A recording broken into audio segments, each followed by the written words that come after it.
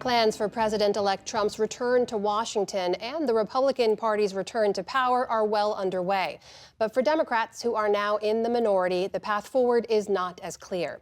Representative Hakeem Jeffries of New York is the House Democratic leader, and he's also the author of the new children's book, The ABCs of Democracy. He joins us here now. Good to see you, Leader Jeffries. Good evening. Great to be here. So you said earlier today, I want to start with the news of the day, that you don't think RFK Jr. is qualified to serve in the role that Mr. Trump has selected him for as HHS Secretary. What is it specifically about him that worries you, and do you think he'll be confirmed? Well, on the campaign trail, President Trump was very clear. He promised the American people that we would have the best economy, the best border security, the best military, and the best administration. And we all have to ask a simple question right now. Is Robert F. Kennedy Jr. the best qualified person in the United States of America to be the Secretary of Health and Human Services? Is he the very best available to the incoming president to look out for the health and the safety and the well-being of the American people? Of course not. And so the question has to be asked, why? Why this nomination and why some of the other nominations? Our hope as Democrats is to work together with the incoming administration whenever and wherever possible to make life better for the American people. But we're also committed to strongly disagreeing and pushing back against the extremism whenever necessary. I want to ask you specifically about one of the other nominees, and that is Matt Gaetz, who you know from serving in the House. He's been tapped to be the Attorney General. ABC News is reporting late today that the woman who was at the center of a Justice Department sex trafficking probe into Mr. Gaetz, that woman testified to the House Ethics Committee that was also investigating him. And she testified that he had had sex with her when she was 17 years old and in high school. That report is citing sources familiar. I want to get your reaction to that. Do you believe the House Ethics report should be made public? And should that testimony disqualify him? Well, transparency is always the preferred approach, particularly when it comes to high-level government positions, such as the Department of Justice or the DNI or the Department of Health and Human Services, and a wide variety of other positions that the incoming president is preparing to fulfill.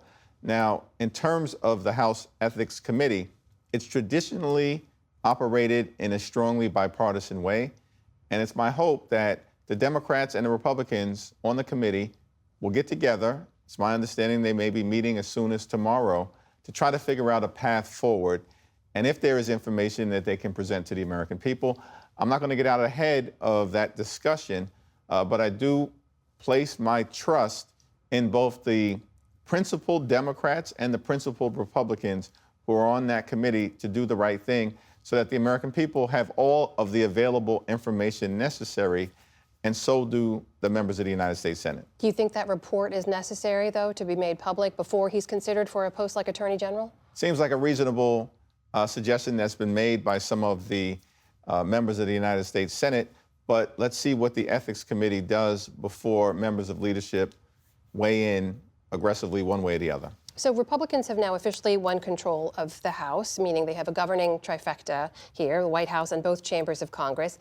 It's now been more than a week since Election Day, so you've had some time to reflect. Does it surprise you, the success that they had in this last election, and also that Mr. Trump himself, in his third run, knowing all we know about him, that he was able to win the popular vote? Well, we'll see where that ultimately lands, and I think the election probably at the popular vote level will be closer than is being projected right now. But he could still win it. Correct. And notwithstanding, however that turns out, he had a decisive electoral college victory. We have to ask the question, what happened? Why did it happen? How do we prevent this type of outcome that has so many Americans disturbed from ever happening again?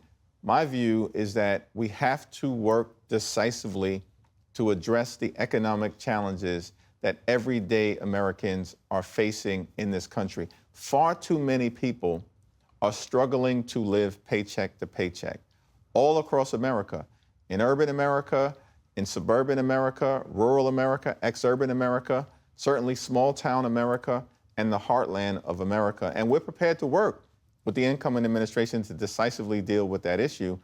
It clearly is an issue that the American people have said loudly and clearly around inflation and high prices We need Washington to act. Well, you've said that it left some people upset, his win, but most of the American electorate backed him. They are not upset about this. This is what they wanted. Did that outcome surprise you? What's your takeaway from that message? Well, my takeaway is that, at least as Democrats, we've got to do a better job of communicating that we are in lockstep with the American people who want to see decisive action as it relates to lowering housing costs, lowering gas prices, lowering food prices. Was this a messaging failure, you're saying? Well, no, we're going to assess qualitatively and quantitatively sort of what happened on Election Day, and we're in the middle of that process right now. Yeah. What I am saying is what is clear, the American people want and deserve decisive action. Far too many people believe that the American dream is out of reach.